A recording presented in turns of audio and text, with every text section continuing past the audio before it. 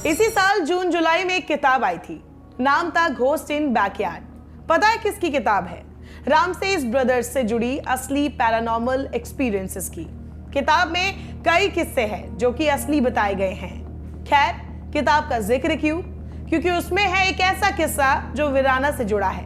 वो फिल्म जो 90 के दशक में रिलीज हुई थी, जिसने इंडियन सिनेमा में हॉरर थीम को एस्टैब्लिश किया, जिसने इंडियन हॉरर फिल्मों को अब तक की सबसे खूबसूरत चुड़ैल दी।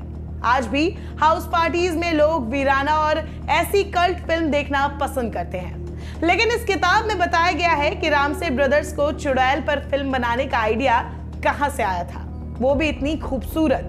नमस्कार, मैं हूं अनुश्री और आप देख रहे हैं फिल्मी बज़। रामसे ब्रदर्स के आखिरी दो डायरेक्टर तुलसी और श्याम रामसे दोनों इस दुनिया में नहीं रहे, लेकिन उनके किस्सों का जिक्र तो बनता है। उनकी बनी हॉरर फिल्में आज देखने पर भले ही आपको फनी लगे, लेकिन उस दौर में हॉलीवुड के हैमर हॉरर प्रोडक्शन का तड़का देसी स्टाइल में देने का क्रेडिट तो रामसे ब्रदर्स को ही जाता है। वीराना फिल्म 1988 में आई थी और आते ही अचानक से बी ग्रेड फिल्में बनाने वाले रामसे ब्रदर्स की बातें बड़े लेवल पर होने लगी। इंडियन हॉरर फिल्मों की छोटी सी दुनिया में उस वक्त खूबसूरत चुड़ैल पर पिक्चर बनाकर रामसे ब्रदर्स छा गए थे। लेकिन इस किताब में बताया गया है कि वीराना से पहले श्याम रामसे को कुछ ऐसा दिखा था जिससे उनको ये फिल्म बनाने की प्रेरणा मिली। बात फिल्म पुराना मंदिर की शूटिंग के दौर का है। फिल्म क्रू शूटिंग करके बंबई लौट रही थी, लेकिन श्याम रामसे आराम से जाना चाहते थे। एक दो दिन आराम करने के बाद अकेले निकल पड़े माया नगरी की ओर। उसी रात हाईवे पर श्याम की गाड़ी के आगे एक लड़की आ जाती है। बिल्कुल सही सोच रहे हैं, पिक्चरों के वही सीन्स। श्याम रामसे ने देखा था कि लड़की का पैर मुड़ा हुआ था। श्याम की मानो सिट्टी बिट्टी गुल हो गई और उन्होंने जोर का ब्रेक लगाया और फिल्म की तरह ही लड़की गायब हो गई। मतलब इसी घटना के बाद श्याम ने वीराना फिल्म की कहानी बुन डाली। क्या आपको पता है, हिंदी हॉरर फिल्मों को उभारने वाले रामसे ब्रदर्स के फैन रहे हैं डायरेक्टर राम गोपाल वर्मा से लेकर अनुराग कश्यप तक। क्या आप जानते हैं रामसे ब्रदर्स का पाकिस्तान से क्या है कनेक्शन? क्या आप बता पाएंगे कि आखिर वीराना जैसी सेक्स अपीलिंग फिल्म पर सेंसर बोर्ड उस वक्त क्या कर रहा था? रामसे ब्रदर्स के साथ 3 फिल्में कर चुकी अभिनेत्री आरती गुप्ता ने मीडिया को दिए इंटरव्यू में बताया कि पुराना मंदिर के लिए आज भी लोग पागल हैं। मधुर भंडारकर, अनुराग कश्यप जैसे लोग उस फिल्म के फैन हैं। अनुराग कश्यप तो पुराना मंदिर की टी शर्ट बनवा कर पहनते हैं। रामसे ब्रदर्स की जब बात होगी तो सातों रामसे भाइयों की बात करनी पड़ेगी। ऐसा इसीलिए क्योंकि कोई भी भाई अकेला किसी प्रोजेक्ट पर काम नहीं करता था। फिल्म मेकिंग का हर डिपार्टमेंट एक भाई के हवाले था। 7 भाइयों में तुलसी रामसे सबसे बड़े थे। इसके बाद श्याम रामसे, गंगू रामसे, कुमार रामसे, केशु रामसे, किरण रामसे और अर्जुन रामसे का नाम था। इतना ही नहीं, इनके परिवार की औरतें भी सेट्स पर हाथ बटाया करती थी। आज के समय में एक हॉरर फिल्म करने के लिए बहुत पैसा चाहिए, लेकिन तब के दौर में भी 50 लाख का खर्चा तो बनता ही था। लेकिन Ramsay brothers low budget film बनाते, एक्टर्स भी इसीलिए बी ग्रेड वाले ढूंढे जाते। फिल्म अक्सर इंडोर में ही शूट होती। लेकिन बता दें, ये तो तब की बात है जब रामसे ब्रदर्स 80-90 के दशक में पहुंच चुके थे। लेकिन किस्सा पाकिस्तान के लिए फ्लैशबैक में जाना होगा। आजादी से पहले रामसे ब्रदर्स के पिता यानी फतेह चंद राम सिंघानी की पाकिस्तान के कराची में एक बिजली बत्ती का सामान बेचने वाली दुकान थी। बिजनेस ठीक ठाक चल रहा था। तब देश में अंग्रेजों का राज था। इनकी दुकान के अधिकतर कस्टमर ब्रिटिश हुआ करते थे। आजादी के बाद पाकिस्तान और भारत का बंटवारा हुआ तो पूरा परिवार बंबई आ गया। फतेह चंद ने इलेक्ट्रॉनिक्स प्रोडक्ट्स की दुकान पर इन्वेस्ट किया। फिर फतेह चंद ने फिल्म इंडस्ट्री में हाथ आजमाना सही समझा। 1954 में आई शहीद आजम भगत सिंह बतौर प्रोड्यूसर उनकी पहली फिल्म थी। कुछ खास चली नहीं, लेकिन पृथ्वीराज कपूर और सुरैया को लीड में लेकर बनी अगली फिल्म रुस्तम सोहराब सफल रही।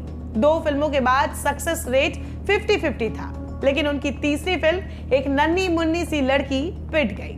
इसके बाद फतेह चंद ने फिल्म बिजनेस छोड़ने का मन बना लिया। हालांकि उनके बेटों ने फिल्मी दुनिया में रुचि दिखाई। श्याम और तुलसी रामसे के बारे में बताया जाता है कि वो फिल्म की रिलीज के बाद दर्शकों का रिएक्शन भांपने के लिए सिनेमा घरों में जाकर उनके साथ फिल्म देखा करते थे।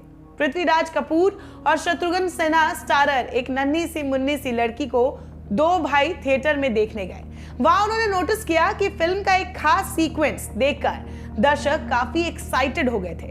ये एक चोरी का सीन था। इसमें पृथ्वीराज कपूर भारी भरकम कॉस्ट्यूम, मास्क और ऊंचे बूट्स पहनकर एक म्यूजियम में चोरी करने जाते हैं। अगर तुलसी रामसे की भाषा में कहे तो इस दौरान पृथ्वीराज कपूर किसी मॉन्स्टर जैसे दिख रहे थे।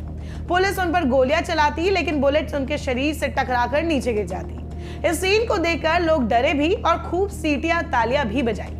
रामसे भाइयों को समझ आ गया कि मार्केट में क्या बिकेगा। वो वापस आए और पापा रामसे से हॉरर फिल्म बनाने के लिए कहा। फतेह चंद काफी नुकसान झेल चुके थे और इस फील्ड में कंटिन्यू करने का उनका कोई इरादा नहीं था।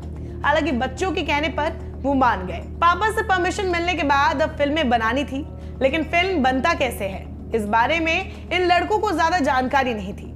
ये लोग जोसेफ बी मेस्ली की किताब 5 C's ऑफ सिनेमेटोग्राफी खरीद लाए, श्रीनगर पहुंचे और एक बोट हाउस में खुद को कैद कर लिया। अगले 3 महीने तक सभी भाइयों ने ये किताब पढ़ी, प्रैक्टिकल किया और खुद को फिल्म मेकिंग में ट्रेन किया। अपनी ट्रेनिंग कंप्लीट कर लड़के वापस मुंबई पहुंचे और फिल्में बनानी शुरू कर दी। रामसे ब्रदर्स को मालूम था कि वो क्या और किसके लिए बना रहे हैं। उनकी टारगेट ऑडियंस गांव के लोग और स्टूडेंट्स थे। थोड़ा डर, थोड़ा नाच गाना, थोड़ा रोमांस उनका फॉर्मेट था।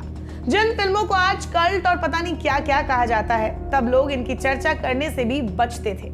यहाँ से शुरू हुआ Ramsay brothers brand of horror cinema, जिसने अगले 15-20 सालों तक इस जॉनर पर राज किया। इस दौरान उन्होंने दरवाजा, और कौन, गेस्ट हाउस, दहशत, पुराना मंदिर, सामरी, वीराना और पुरानी हवेली जैसी कई फिल्में बनाई। रामसे ब्रदर्स के एक्टर्स को चुनने का एक ही क्राइटेरिया था, boy should be smart and girl should be sexy. यानी लड़के अच्छे दिखने चाहिए और लड़कियां सेक्सी लगनी चाहिए।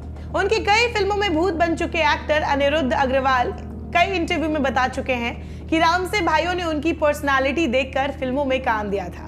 ऐसी अफवाह उड़ी थी कि अनिरुद्ध की हाइट 7 फुट है, लेकिन अनिरुद्ध ने बताया कि वो मात्र 6 फुट 5 इंच के हैं। उन्हें इस तरह से शूट किया जाता था कि वो और लंबे लगने लगते थे। साथ ही उनका चेहरा भी ऐसा था जिसे आप एक बार देखने के बाद दोबारा मुड़कर जरूर देखेंगे। हालांकि उनका ये भी मानना है कि रामसे ब्रांड की फिल्मों से उनके करियर को कोई फायदा नहीं हुआ। वो जीवन भर बी ग्रेड एक्टर ही माने गए। इंडिया की भूतिया फिल्मों का ट्रेंड शुरू करने के बाद देश का पहला हॉरर टीवी शो लाने का क्रेडिट भी इन्हीं भाइयों को जाता है। 90 के दशक में जब इनके फॉर्मूले पर कई और फिल्म मेकर्स ने हॉरर फिल्में बनानी शुरू कर दी, तब रामसे ब्रदर्स ने अपना रुख टीवी की ओर कर लिया। उस दौर में जी और स्टार जैसे कई टीवी चैनल लॉन्च हो रहे थे। 1993 में डॉक्टर सुभाष चंद्रा से इसकी 24 एपिसोड्स की एक हॉरर टीवी सीरीज की डील हुई। शो का नाम था द जी हॉरर शो। ये शो आते ही हिट हो गया और लगातार 9 सालों तक चलता रहा। इसकी स्क्रिप्ट श्याम रामसे लिखते थे और तुलसी के साथ मिलकर डायरेक्ट करते थे। उनकी आखिरी फिल्म नंबर्स 2014 में रिलीज हुई थी, लेकिन फिल्म के बारे में किसी को कानो कान खबर नहीं हुई।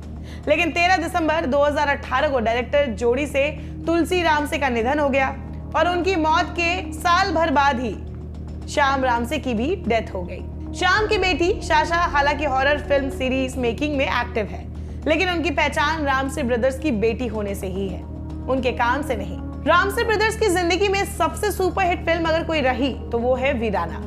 लेकिन क्या आपको पता है इस फिल्म पर ग्रहण बनकर बैठा था सेंसर बोर्ड। वैसे तो रामसे ब्रदर्स की हॉरर फिल्मों को बी कैटेगरी में ही माना जाता था, जिससे ऐसी फिल्में आसानी से थिएटर्स में रिलीज भी हो जाती थी। लेकिन वीराना पर सेंसर बोर्ड की नजर पड़ी और 8 महीने तक फिल्म के रिलीज पर बैन लगा दिया गया था। सेंसर बोर्ड को फिल्म में हुए खून खराबा, खूबसूरत चुड़ैल की सेक्स अपील से आपत्ति थी। फिर थक हार के कई सारे सीन्स हटाने पड़े, तब जाकर ये फिल्म रिलीज हो सकी थी। वीराना में जैस्मीन का किरदार निभाने वाली एक्ट्रेस आज तक लोगों के जहन में घर कर बैठी है, लेकिन इस फिल्म के बाद वो गुम हो गई। कई लोग कहते हैं कि उनकी सुंदरता पर अंडरवर्ल्ड का डॉन भी फिदा था और उसी से डर कर वो अमेरिका शिफ्ट हो गई थी। लेकिन 2017 में दिए एक इंटरव्यू में श्याम रामसे ने बताया था कि ये सब फेक न्यूज है। वीराना एक्ट्रेस मुंबई में ही रहती है। मां के देहांत के बाद उन्होंने फिल्मों में काम करना बंद कर दिया था। श्याम रामसे ने वीराना 2 बनाने की भी बात की थी, लेकिन दुर्भाग्यवश 2019 में श्याम रामसे की मौत हो गई, जिसके बाद जैस्मीन को फिर से देखने की उम्मीद भी खत्म हो गई। तो कैसा लगा आपको हमारा ये शो, हमें कमेंट बॉक्स पर जरूर बताएं। लेकिन उससे पहले अगर आपने हमारे चैनल को सब्सक्राइब नहीं किया है तो जल्दी से सब्सक्राइब करें, साथ ही डेली बज़ इंडिया की सारी नोटिफिकेशंस के लिए बेल आइकन बटन को भी प्रेस करें।